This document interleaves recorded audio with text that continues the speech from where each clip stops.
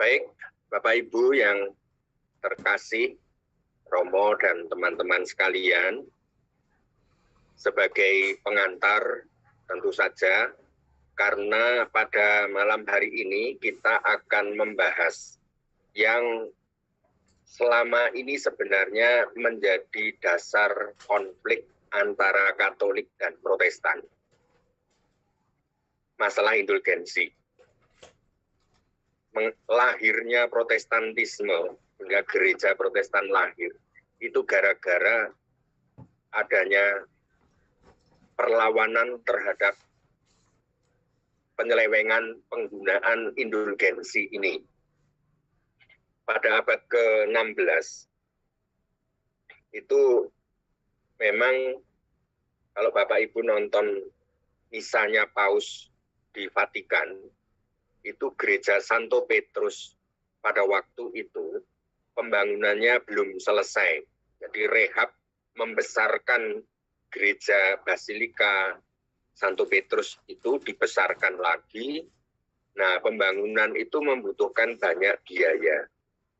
Nah, pada waktu itulah para uskup, para imam dianjurkan oleh Bapak Paus untuk melakukan indulgensi, jadi memberikan indulgensi bagi orang-orang yang membantu pembangunan itu, yang menyumbangkan dananya untuk pembangunan di Vatikan itu pada waktu itu.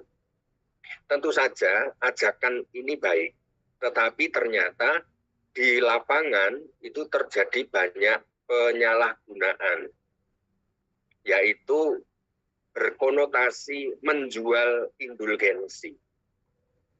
Itulah sebabnya maka Romo Martin Luther itu yang mendirikan Protestantisme itu, dulunya Romo, Katolik, lalu kecewa karena ada banyak Romo yang memperjualbelikan indulgensi. Nah, itulah sebabnya lalu terjadi protes terhadap gereja. Mengapa gereja memperjualbelikan sakramen pengampunan? Nah, akhirnya konflik ini antara Martin Luther dan Roma itu ditumpangi dengan politik Jerman yang sedang bermusuhan dengan Roma. Akhirnya kelompok Romo Martin Luther itu didukung oleh pemerintahan Jerman, Kekaisaran Jerman, akhirnya memisahkan diri dari gereja Katolik. Dan lahirlah Protestantisme. Nah, maka sampai sekarang gereja Protestan itu menolak sakramen tobat, apalagi dengan indulgensi itu. Nah, maka Bapak Ibu, sementara gereja Katolik sampai hari ini tetap mempertahankan itu dengan kembali kepada spirit awal bahwa indulgensi adalah salah satu wujud gereja yang mengamalkan mandat Tuhan untuk pengampunan dan belas kasih. Maka nanti mari kita simak. Oke, Bapak Ibu yang terkasih, sakramen tobat yang ketiga ini akan kita dalami tentang indulgensi. Nah, sekarang hubungannya sakramen tobat dengan indulgensi ini apa? Bahwa sakramen tobat itu memuat 3 lingkaran yang pertama ini. Jadi ini saya lihat Bapak Ibu, ada rasa sesal dan tobat, lalu menerima pengampunan dari Allah, dan melakukan penitensi sebagai kewajiban kita untuk silih atas segala dosa-dosa kita. Nah, silih ini tidak selalu sempurna. Jadi kita ini kalau melakukan penitensi, itu kadang-kadang tidak sempurna, itu artinya tidak dengan segenap hati, segenap jiwa, segenap pikiran untuk melakukan pertobatan itu. Misalnya kita diberi penitensi supaya berdoa 3 kali Bapa Kami, 3 kali Salam Maria. Tentu saja penitensi yang baik itu melakukan doa penitensi itu dengan penuh kesadaran, segenap hati, penuh penyesalan, dan bersyukur atas belas kasih Tuhan. Tapi kadang kita ini lupa, lalu juga melakukannya tidak dengan sungguh-sungguh. Pokoknya 3 Bapa Kami, 3 Salam Maria didoakan, pokoknya ilmu pokok. Akibatnya apa? Sebenarnya pertobatan kita ini belum sempurna, masih meninggalkan jejak-jejak kelemahan dan kedosaan, kekurangan silih di dalam hidup kita. Nah, kumpulan dari kekurangan-kekurangan, bekas-bekas penitensi yang belum sempurna, itu tentu saja menyalahi keadilan hidup ini. Nah, kalau kita ini mati, bagaimana dengan sesal yang belum dibayar dengan silih ini? Nah, ini pertanyaan yang dasar. Bagaimana karena orang Katolik mengimani ada masa antara kematian dan surga.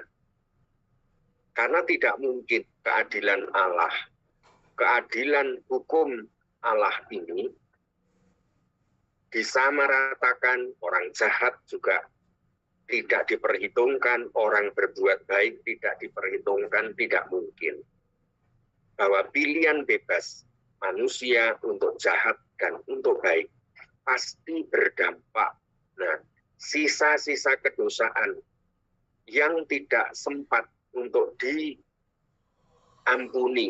kita tidak sempat memohon ampun, dan kita sudah keburu mati. Lalu bagaimana itu? Nah, inilah permasalahan-permasalahan yang terkait dengan indulgensi. Sebagai contoh, Bapak Ibu, kalau kita lihat di sini, misalnya, ini contoh yang sering dipakai, kita ini anaknya baru pulang dari bengkel atau dari jalan raya, tiba-tiba pulang, lalu sepatunya ternyata kotor, kena ke karpet. Lalu mamahnya, ibunya itu marah-marah, padahal ibunya baru membersihkan karpetnya, membersihkan lantai dengan sungguh-sungguh, rekoso, susah payah. Nah, kok anaknya dengan enak-enak lewat terus ngecap.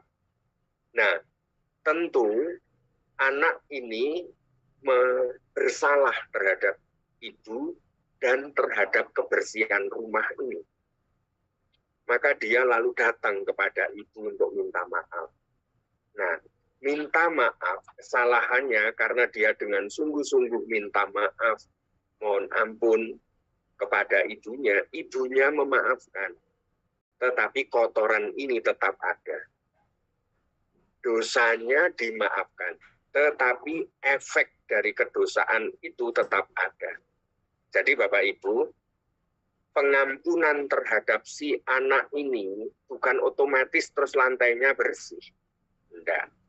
Nah, setiap dosa kita ini meninggalkan jejak-jejak di dalam hati orang, di dalam keadilan. Misalnya kita menggelapkan uang, kita mengaku dosa, dosa kita diampuni. Tetapi uang yang adalah milik orang lain, itu kan tetap menyisakan sebuah noda di dalam keadilan.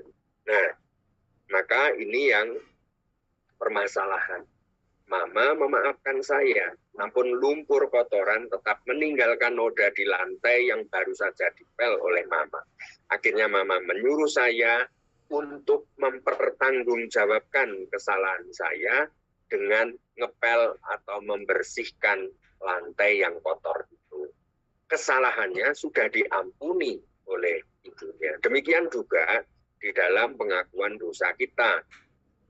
Maka perlu ada penitensi. Penitensi itu merupakan tanggung jawab dan silih. Banyak dosa menyebabkan kerugian bagi sesama. Jadi kalau salah itu bukan hanya melulu salahku saja yang diampuni, tetapi masih meninggalkan kerugian. Ada kerugian yang perlu kita bereskan. Orang harus dapat mungkin mengganti rugi, umpamanya menggalikan barang yang dicuri, memperbaiki nama baik orang yang difitnah, memberi silih untuk penghinaan terhadap orang lain. Keadilan atau hukum alam, hukum keadilan sendiri sudah menuntut pemulihan. Tetapi di samping itu dosa melukai dan melemahkan pendosa, demikian pula hubungan dengan Allah dan hubungan dengan gereja dan sesama itu tetap masih menyisakan pertanggungjawaban dari kita. Maka absolusi itu menghapuskan dosa, namun tidak mengatasi semua ketidakadilan yang disebabkan oleh dosa.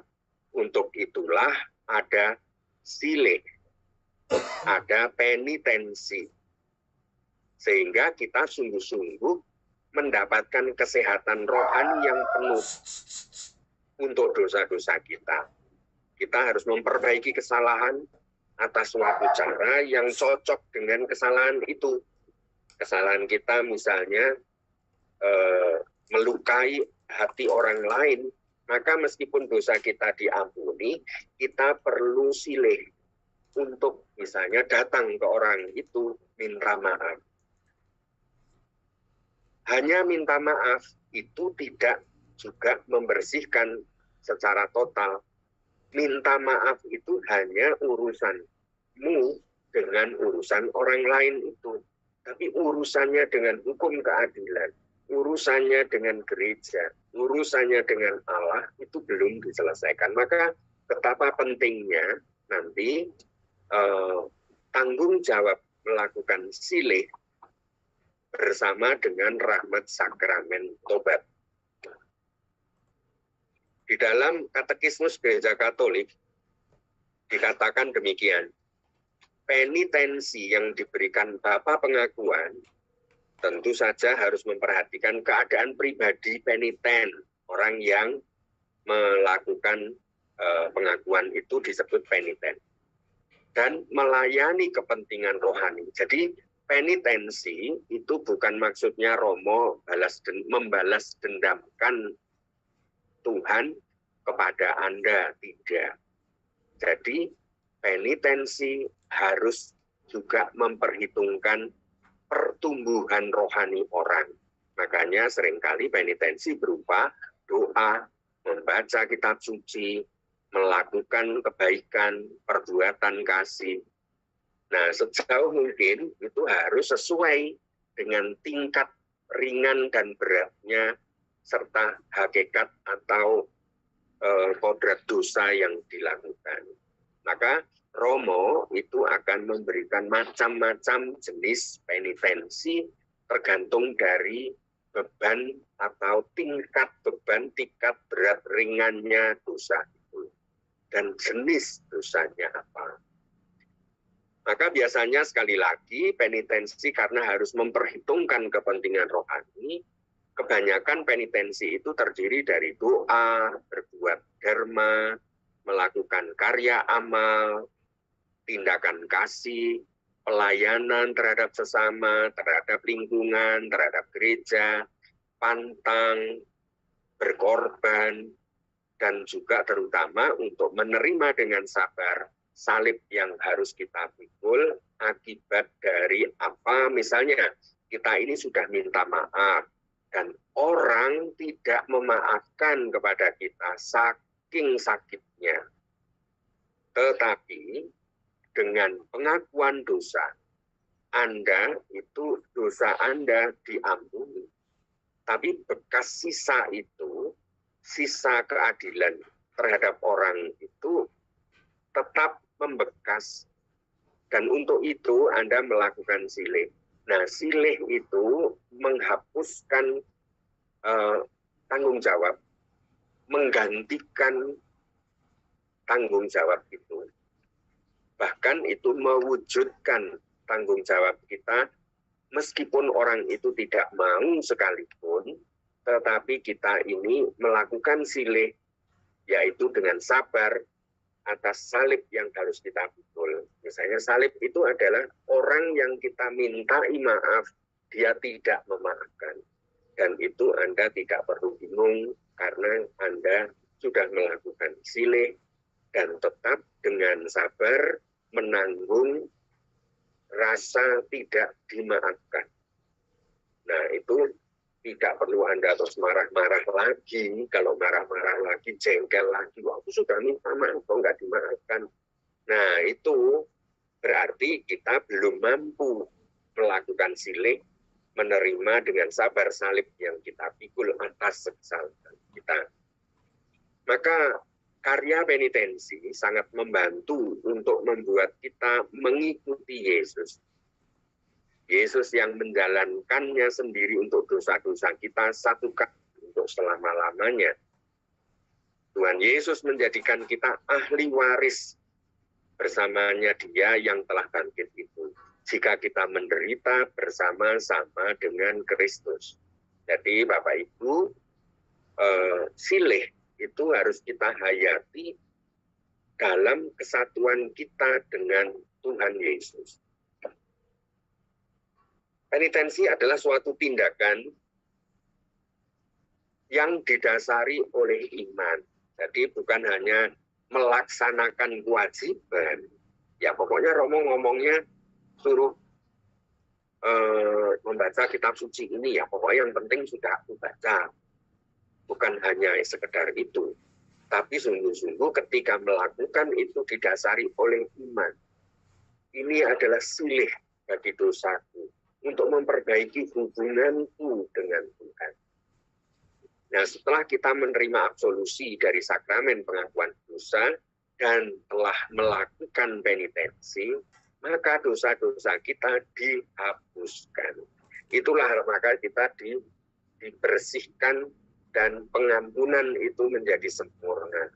Kesehatan rohani kita dipulihkan, dibebaskan dari siksa dosa kekal, yaitu neraka atau keterpisahan dari Tuhan.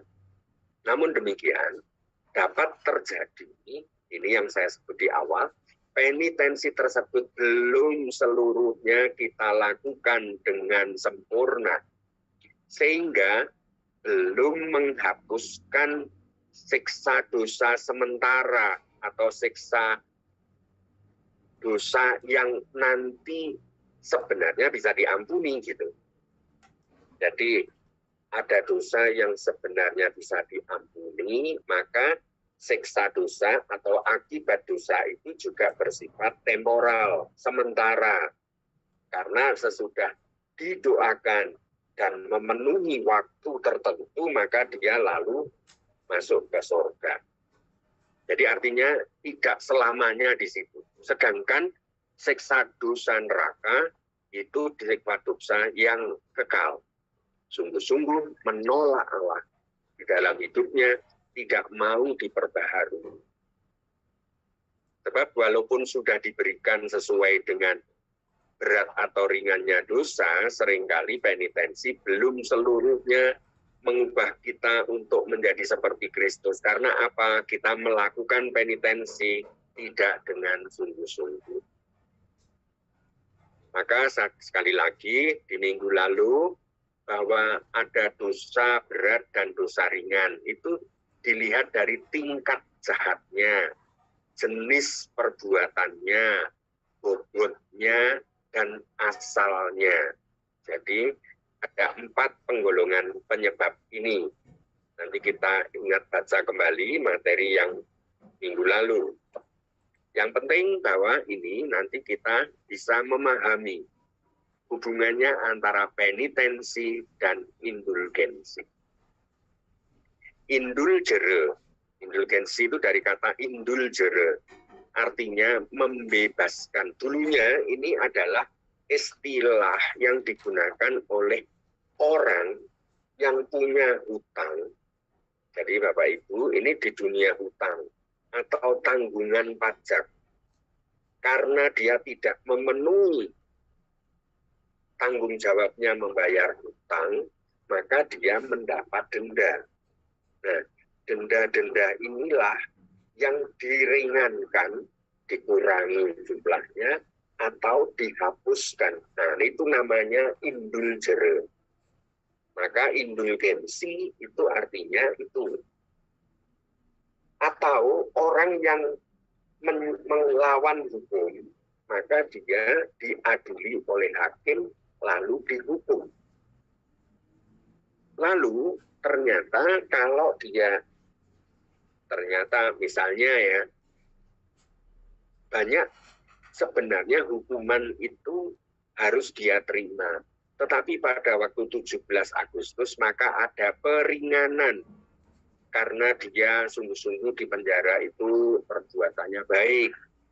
Dia rajin beribadah, lalu juga tidak melakukan kerusuhan di dalam penjara, maka dia mendapatkan potongan tahanan. Nah, potongan tahanan itu yang disebut dengan indulgensi. Maka ini hal yang pertanyaan yang cukup penting ketika kita nanti sesudah meninggal dunia. Jika kita meninggal dunia dalam keadaan seperti ini, artinya kita masih punya beban dosa, maka akan masih ada siksa dosa temporal. Artinya ini nanti kita mesti menunggu waktu untuk sungguh-sungguh sempurna pengampunannya. Ataupun konsekuensi dosa yang harus kita tanggung untuk sementara. Nah, tempat sementara inilah yang kita sebut sebagai purgatorium atau api penyucian. Nah, api penyucian itu sifatnya sementara. Maka siksa dosa yang sementara itu adalah yang kita sebut sebagai api penyucian. Sebelum kita dapat bersatu dengan Allah yang kudus sempurna dalam kerajaan surga. Nah, karena itulah kita memerlukan indulgensi. Jadi, indulgensi itu adalah belas kasih Tuhan Yesus yang diwariskan kepada gereja dan gereja mewujudkannya bagi orang-orang yang sudah meninggal atau orang-orang yang masih hidup. Maka ini sungguh-sungguh sebuah perbuatan gereja mengamalkan kasih Bapa. Nah, untuk dosa-dosa tentu saja yang sudah diampuni, khususnya tadi yang saya ceritakan, sisa-sisa bekas dari pengampunan yang kita terima itu. Jadi masih ada sisa-sisanya. Pertanyaan mengenai nasib manusia sesudah kematian itulah yang menyebabkan lahirnya banyak agama, Bapak Ibu.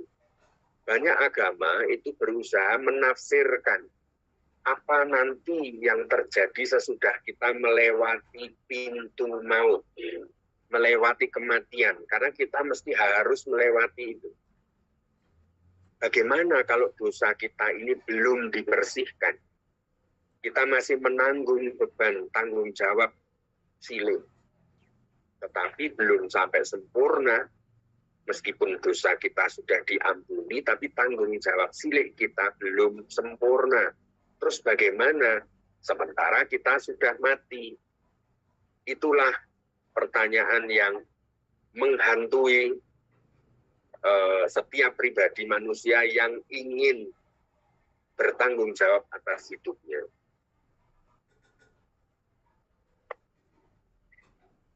Pertanyaan yang kedua, apakah kalau mati itu ya sudah semuanya selesai begitu saja? Kalau ternyata mati itu selesai begitu saja, pasti Allahnya bukan Allah yang adil. Allah yang adil adalah Allah yang tentu saja juga adil bagi setiap orang yang berbuat baik, dan adil juga terhadap orang yang berbuat jahat. Meskipun dia jahat, harus menanggung hukuman, Allah yang Maha Kasih tetap berupaya untuk menyelamatkan dia. Itulah sebabnya bagi kita namai saat sementara untuk pemurnian, penyempurnaan silih kehidupan ini disebut dengan api penyucian. Dalam kitab suci sudah sejak perjanjian lama bahwa dosa itu mempunyai dampak, dan adanya api penyucian itu sudah diyakini dalam perjanjian lama. Misalnya dalam kitab Daniel, banyak dari antara orang-orang yang telah tidur di dalam debu tanah. Jadi orang mati itu dinamai tidur di dalam debu. Jadi bayangkan Bapak Ibu, itu artinya apa? Artinya jiwanya masih hidup. Maka dia akan bangun. Sebagian untuk mendapatkan hidup yang kekal, surga. Sebagian untuk mengalami kehinaan dan kengerian yang kekal. Nah, kalau yang kengerian yang kekal itu artinya sungguh-sungguh terjadi penolakan terhadap Allah. Nah, sedangkan yang mendapat hidup yang kekal itu adalah orang yang tidak ada yang langsung menghidup kekal, ada yang masih saat siksa sementara, yaitu siksa mempertanggungjawabkan, membereskan hidupnya. Itu yang disebut dengan api penyucian. Kita juga mengingat akan pengadilan terakhir, di mana yang tidak menaati hukum kasih akan dicampakkan ke dalam api yang kekal. Dalam perjanjian baru, tetap itu menjadi keyakinan bahwa sesudah kematian ada kehidupan. Dan kehidupan yang saat antara untuk menuju hidup yang kekal, di situ ada pengadilan terakhir pada akhir zaman. Jadi ada yang sampai akhir zaman itu masih di api penyucian, atau sampai akhir zaman itu belum tuntas dalam pemurnian dosa. Maka di situ ada pengadilan akhir. Maka supaya di dalam katekismus Gereja Katolik dijelaskan tentang purgatorium atau api penyucian dalam nomor 1472. Supaya mengerti ajaran tentang purgatorium dan praktek gereja ini, kita harus mengetahui bahwa dosa mempunyai akibat ganda. Dosa berat, akibatnya apa? Merampas dari kita persekutuan dengan Allah, dan karena itu membuat kita tidak layak untuk kehidupan abadi. Perampasan itu dinamakan siksa dosa abadi, atau dalam bahasa Indonesia disebut neraka. Di lain pihak, setiap dosa, bahkan dosa ringan sekalipun, itu mengakibatkan suatu hubungan yang berbahaya dengan makhluk lain, dengan sesama, dengan gereja, dengan Tuhan. Hal mana membutuhkan penyucian. Atau di dunia ini, penyuciannya yaitu melalui sakramen tobat dan penitensi, atau sesudah kematian di dalam apa yang dinamakan api penyucian.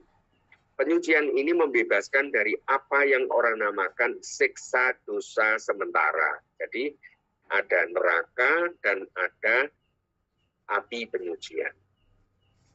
Kedua bentuk siksa ini tidak boleh dipandang hanya semacam dendamnya Tuhan.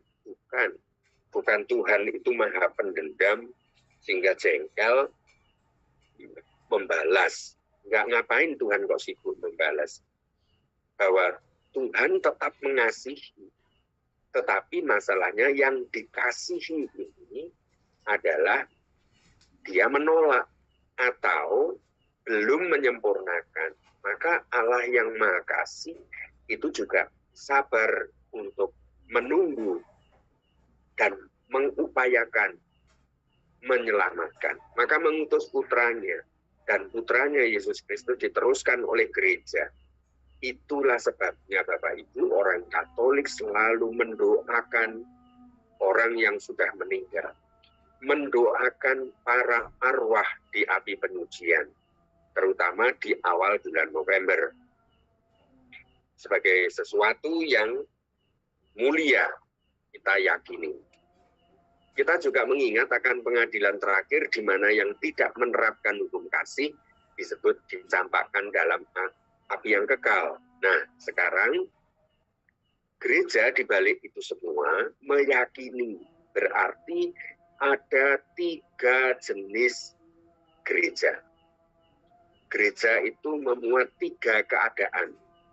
Yang pertama, yaitu gereja yang yakni yang kita alami ketika kita masih belum mati ini.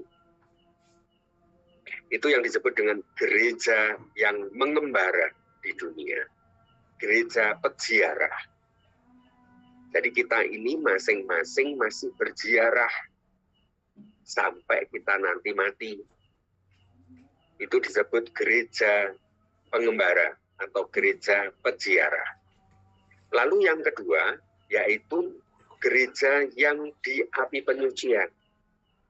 Karena betapa besarnya kasih Allah, Tuhan Yesus dengan tubuhnya, itu bukan hanya tubuh Yesus, bukan hanya gereja di dunia ini, tapi juga mereka yang percaya kepada Yesus yang masih di api penyucian. Itu juga masih satu paroki dengan kita, satu gereja dengan kita, hanya di ruang yang berbeda, keadaan yang berbeda. Lalu gereja yang jaya, itu yang keadaan ketiga, yaitu para santo santa orang kudus yang sudah sempurna mengalami pemulihan atas segala dosanya. Mereka yang sudah melewati api penyucian, yang disebut dengan sorga, ya, kerajaan surga. Jadi indulgensi itu terjadi karena kita meyakini ada 3 jenis keadaan ini. Karena ada api penyucian, maka ada indulgensi. Jadi itu yang menyebabkan kita menghayati kasih Allah secara demikian. Jadi ada murid-murid Yesus yang masih mengembara di dunia, ada murid-murid Yesus yang telah meninggal dan mengalami penyucian, ada pula murid-murid Yesus yang sudah menikmati kemuliaan sambil memandang dengan jelas Allah Tritunggal sendiri sebagaimana adanya. Tetapi kita semua tadi pada taraf dan dengan cara yang berbeda, kita ini dari 3 keadaan itu saling berhubungan dalam kasih yang sama terhadap Allah dan terhadap sesama. Maka kenapa kalau Bapak Ibu ditanya oleh orang, kenapa orang Katolik kok berdoa untuk arwah? Karena kami masih selalu berhubungan dalam kasih sebagai sama-sama anggota gereja.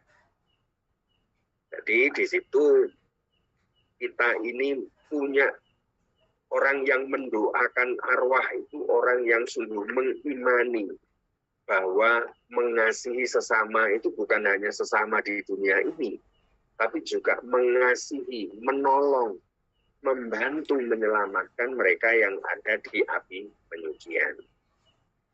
Sebab semua yang menjadi milik Kristus dan didiami oleh Roh-Nya berpadu menjadi satu gereja dan saling erat berhubungan dalam Dia.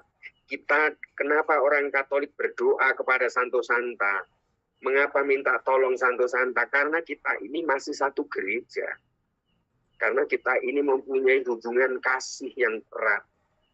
Yang kita di antara kita ini, baik yang masih di dunia, sudah di surga maupun di api penyucian, itu kita tetap satu gereja.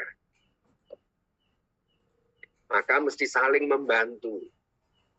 bagi mereka yang masih berjuang, yaitu di api penyucian. Maka gereja membantu dengan doa-doa mereka, karena doa orang benar sangat besar kuasanya, kata surat Yakobus. Sedangkan gereja yang sedang mengembara di dunia ini dapat membantu sesama anggota gereja yang masih mengembara di dunia juga, sesama anggota gereja. Dan juga mendoakan, membantu anggota gereja yang sedang dimurnikan. Sehingga kita dapat bersatu dengan gereja yang telah dimuliakan. Untuk tugas inilah gereja sendiri telah memberi kuasa. Kristus telah memberi kuasa kepada gereja. Maka masuklah kita kepada pemahaman indulgensi. Ya. Baik Bapak Ibu, saya minum dulu.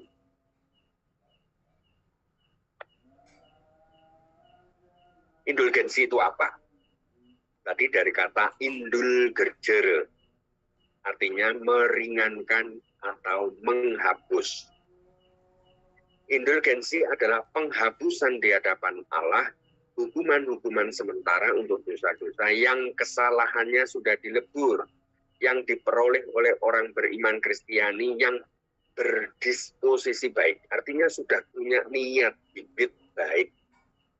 Jadi sudah mau mengaku dosa, sudah rindu untuk diselamatkan. Jadi ada disposisi itu namanya sikap batin yang baik, serta memenuhi syarat tertentu yang digariskan dan dirumuskan, diperoleh dengan pertolongan gereja melalui Bapak Paus yang menyatakan bahwa mari kita berdoa, melakukan ziarah, melakukan tobat, melakukan ekaristi, adorasi, dan sebagainya.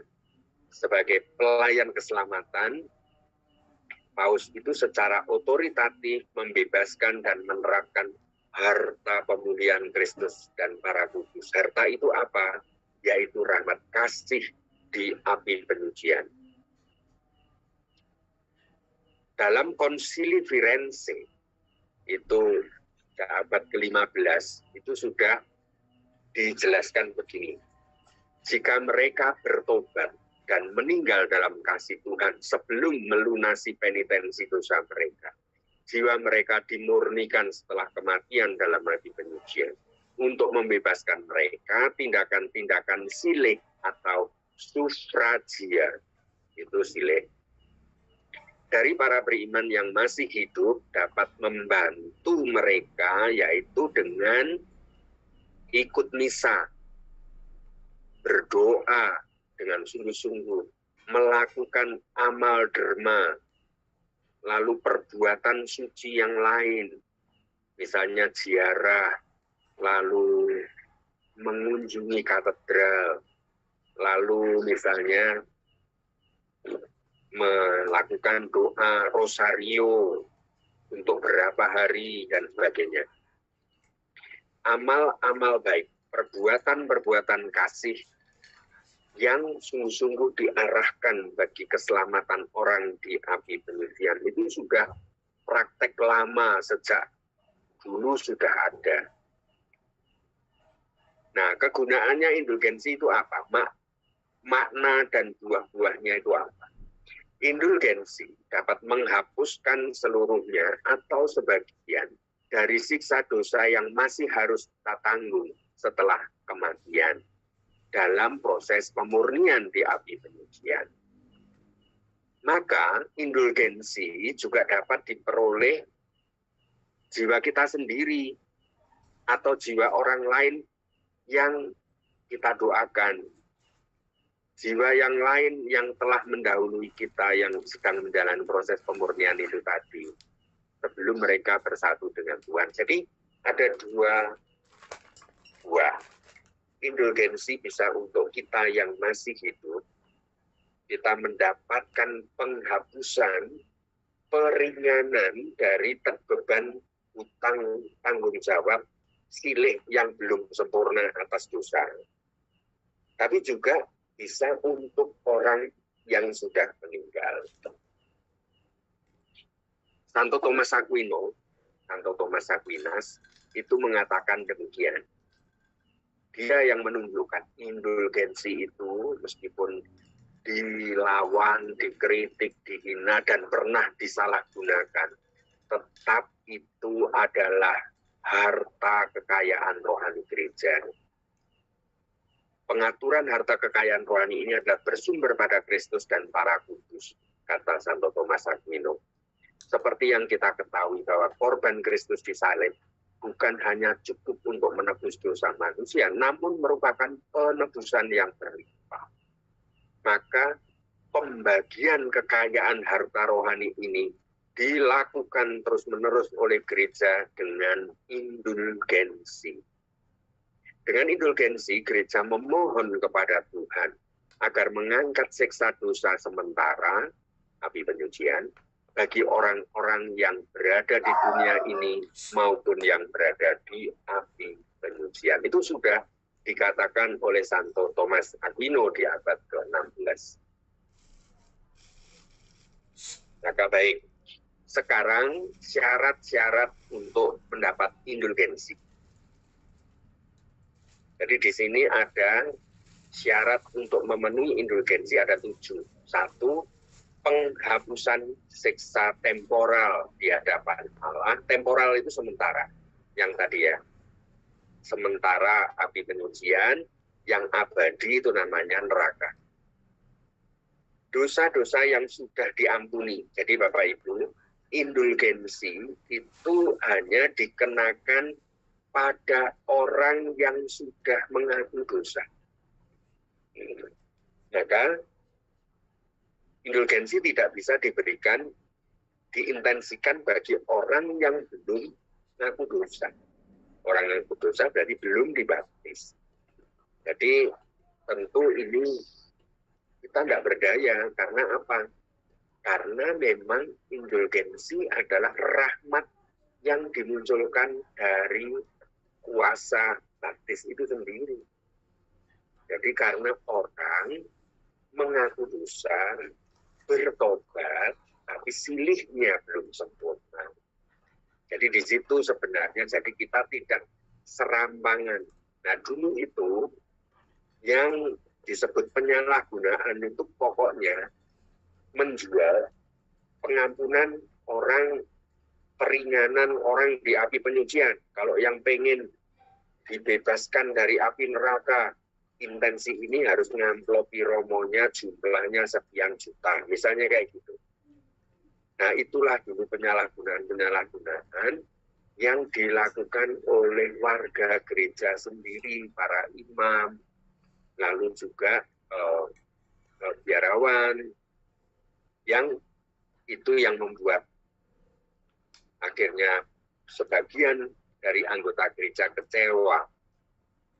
Jadi bukan kecewa pada gereja sebenarnya, bukan kecewa pada ajaran kasih, tapi kecewa kepada romo-romo yang menyalahgunakan indulgensi ini.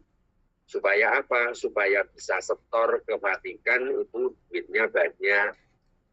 Nah ini lalu bangga, lalu dihargai, lalu bergengsi, macam gitu itu. Nah Bapak Ibu, jadi kita pun juga gitu ya. Kalau jangan sampai kita ini karena marah kepada asisten imam atau katekis atau guru agama atau kepada suster, marah kepada romo, lah kok solusinya keluar dari gereja Katolik. Ya juga seperti kami para romo misalnya marah dengan uskup, marah dengan sesama romo, lah kok solusinya adalah keluar dari imamat. Itu ya nggak seimbang, tidak adil sebenarnya. Mestinya adalah ya kita masalahnya itu yang diselesaikan. Ya. Mari kita lihat satu persatu. Penghapusan siksa dosa temporal. Berarti bahwa indulgensi tidak dapat merubah keputusan Tuhan. Sekali lagi, bukan untuk mendikte Tuhan. Bukan untuk mengubah keputusan Tuhan.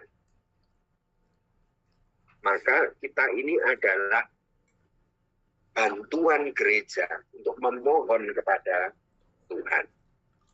Indulgensi hanya dapat diterapkan bagi orang yang masih hidup di dunia ini dan juga yang masih berada di api penyucian.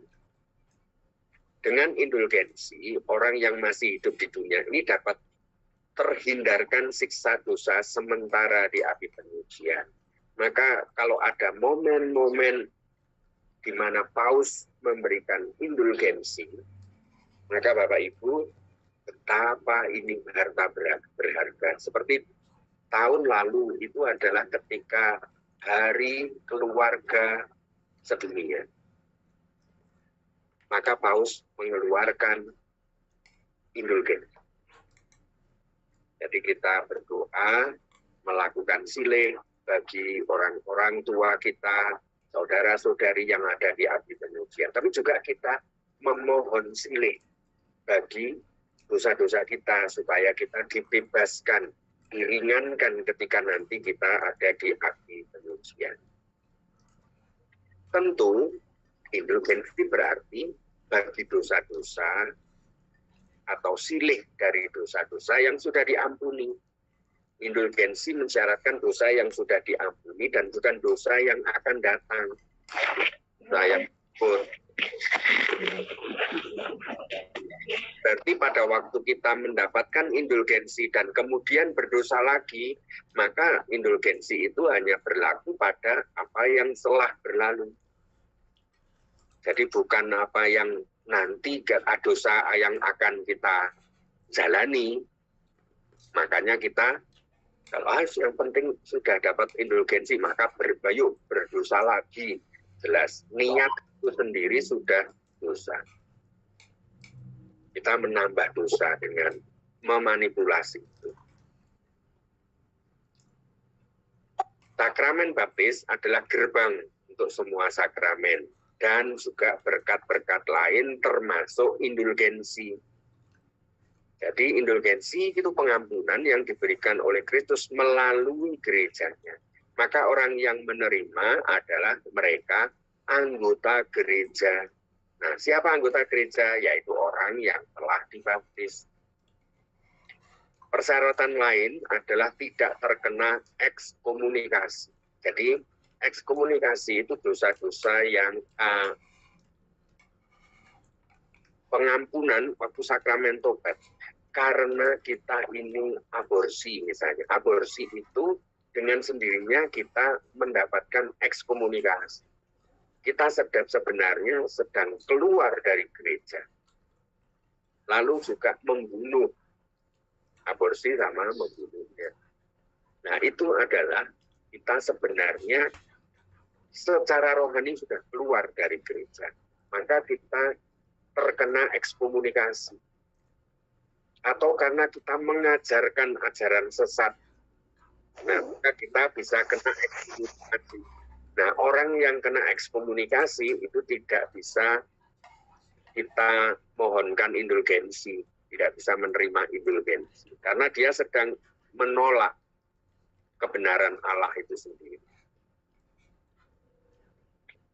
Namun agar orang yang mampu itu dapat memperoleh indulgensi, harus dia sekurang-kurangnya mempunyai intensi untuk memperolehnya dan melaksanakan perbuatan yang diwajibkan. Jadi Paus kalau menyatakan adanya indulgensi, itu selalu dengan hal apa yang perlu diperbuat. Puasa misalnya, mengunjungi orang tua, lansia. Jadi misalnya mengunjungi 3 lansia di parokimu. Nah misalnya, tentu dengan tulus dan jujur mencari lansia yang sungguh-sungguh perlu dikunjungi. Bukan kok hitung-hitungan dengan Tuhan, pokoknya mbah-mbah 3 orang. Bukan. Jadi sekali lagi Bapak Ibu, kita sama sekali ini bukan matematika ekonomi di dalam indulgensi dan pengampunan. Ini adalah sebuah ketulusan, kerendahan hati, kejujuran di hadapan Tuhan. Makanya tidak pernah bisa dipermainkan. Yuk berdosa lagi aja. Yang penting nanti ngaku dosa. Itu sudah bersikap seperti itu sendiri sudah berdosa. Karena telah menghina martabat sakramen tobat itu sendiri. Maka orang-orang yang menerima indulgensi adalah orang yang siap menerimanya di bawah persyaratan yang jelas. Misalnya, karena gereja memberi kesempatan yang begitu banyak, umat dapat menarik manfaat dari berkat indulgensi ini. Gereja juga memberikan persyaratan yang jelas tentang bagaimana nanti kita lihat. Ya. Bantuan gereja. Tentu saja indulgensi adalah sifatnya bantuan gereja yang masih mengembara ini bagi gereja yang sedang berjuang di api pemujian. Nah, gereja yang mengembara ini digembalakan oleh Paus yang mewariskan tahta Santo Petrus. Jadi indulgensi hanya dapat diberikan oleh Paus dan orang-orang yang mempunyai kuasa oleh hukum yang diberikan oleh Paus. Maka selalu Paus mengumumkan tentang ini. Nah, sifat indulgensi itu bisa sebagian atau mengurangi, meringankan waktu yang harus dijalankan di api penyucian. Jadi mempercepat terbebasnya dari api penyucian. Maka sangat penting Bapak Ibu kita berdoa untuk bagi para arwah. Lalu kalau yang seluruhnya berarti dibebaskan dari purgatorium. Jadi bisa meringankan, bisa saja kita diperhitungkan oleh Allah untuk sungguh-sungguh total bisa mengangkat mereka dari purgatorium. Indulgensi sekali lagi bisa untuk kita dan bisa untuk orang yang sudah meninggal. Nah, sekarang cara mendapatkan indulgensi, yaitu pertama, memang berniat untuk mendapatkannya dan memenuhi syaratnya. Sama seperti orang yang ingin mendapatkan pengampunan, ya harus menyatakan niatnya itu di hadapan Tuhan. Maka orang yang ingin mendapatkan indulgensi harus mempunyai intensi untuk mendapatkan indulgensi. Jadi ini bukan formalitas, bukan permainan hitung-hitungan. Lalu intensi yang sungguh-sungguh dan melakukan apa yang harus dikerjakan, diperbuat, misalnya rosario, puasa, ziarah ke Gua Maria, mengunjungi katedral, basilika yang ada di daerahnya, ziarah ke suatu tempat tertentu, dan sebagainya. Nah, secara umum, indulgensi penuh itu adalah diberikan dengan apa yang diperbuat untuk memohon indulgensi penuh. Satu, kita melakukan pengakuan dosa, sakramen tobat. Dua, datang dalam perayaan Ekaristi Kudus. Lalu berdoa untuk intensi Paus. Misalnya, Paus pada waktu tahun kerahiman ilahi, dia berdoa untuk siapa, gitu misalnya. Lalu juga yang terakhir ini, Paus mengatakan, kalau kita doa untuk orang-orang lansia. Ya, seperti itu. Lalu juga melakukan apa yang ditentukan dalam ketentuan indulgensi dengan hati yang menyesal. 5, beban dari keterikatan akan dosa bukan hanya dosa berat namun juga dosa ringan. Nah, kondisi terakhir ini yang memang paling sulit untuk dilakukan. Jika hal ini tidak terpenuhi, maka seseorang akan mendapat indulgensi sebagian. Nah, sekarang apa yang disebut dengan indulgensi sebagian? Yaitu misalnya kalau kita dengan doa komuni batin dengan sungguh-sungguh, lalu meditasi, renungan Alkitab misalnya, atau merenungkan jalan salib, kisah sengsara Tuhan. Nah, itu dilakukan dengan teratur, jumlah tertentu, dan sungguh-sungguh. Lalu doa rosario yang dilakukan di gereja atau kapel. Jadi kita datang ke gereja untuk rosario. Atau di dalam rosario bareng keluarga. Atau kalau para suster, buder ya, rosario bareng di komunitasnya. Atau kita ini keluarga yang datang ke biara untuk rosario bersama mereka. Keempat, membaca Alkitab dengan penuh devosi dan hormat. Karena kita sadar Alkitab adalah sabda Tuhan.